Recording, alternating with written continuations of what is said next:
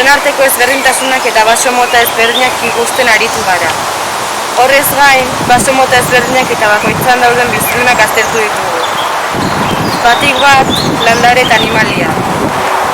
Galdera batzuk erantzunaz, baso bakoitzeko bizidunak identifikatu eta aztertu ditugu. Adibidez, bakoitzaren kolore eta argitasuna. Ondorioztatu dugu urnietan baso desberdinak daudela. Esate baterako ariztia, pagadia, baso mistoa eta altzadia. Gaur egun basoetako ekosistemak asko murriztu dira.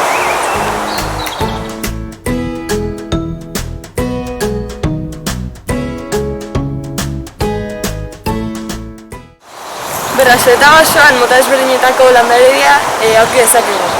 Gainera, adin desberdinetako zuhaixkak ere. Zuhaixka txikiak, zuhaitz helduak, zuhaitz hilak, mota ezberdinetakoak. Baina ohikoena aritza da. Baso hau ariztia da. Ikusi dugunez, baso batek bizirauteko adin desberdinetako zuhaitzak eduki behar ditu. Konpromesu bezala, lurrera zaborrik ez botatzea, zuhaitzak ez moztea eta zuhaitz landari txikiak ez zapaltzea hartu ditugu.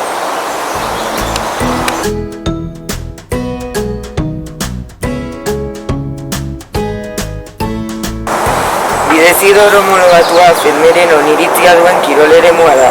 Bide tradizionaletik doana eta erregistratutako seinaleen kode baten bidez ekipatzen dena. 3 bidezidor mota daude. GR ibilbide luzea 50 kilometro baino gehiago dituena, marra txuria eta gorriarekin adierazten den zailtasun handiko bidea da. PR ibilbide laburra 10 eta 50 kilometroko distantzia duen ibilbidea da. Marra horiarekin eta txuriarekin adierazten duen zailtasun ertaineko ibilbidea. SL ibilbide lokala 10 kilometro baino gutxiago dituen ibilbidea da. Marra berdearekin eta horiarekin adierazten duen zailtasun txikiko ibilbidea. Urnietatik pasatzen diren ibilbideak, Mendibai ibilbidea GR 285, PR GL 203 6,4 kilometrokoa eta azkenik SL GL 223 6,4 kilometroko duen ibilbideak dira. Ostara txikiko kideek urnietako inguruan dauden ibilbideak ezagutzera gonbidatzen zaituzten.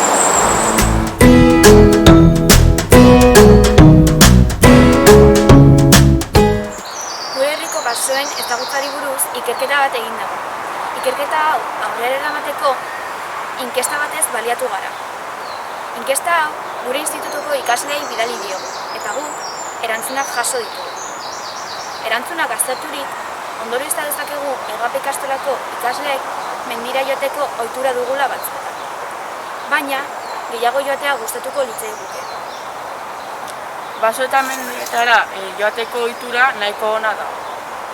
Orokorrean, gure basoetan ezagutza ona da. Hala eta guztiz ere, komenigarria da ikastolarekin joatea gure ezagutza sustatzeko.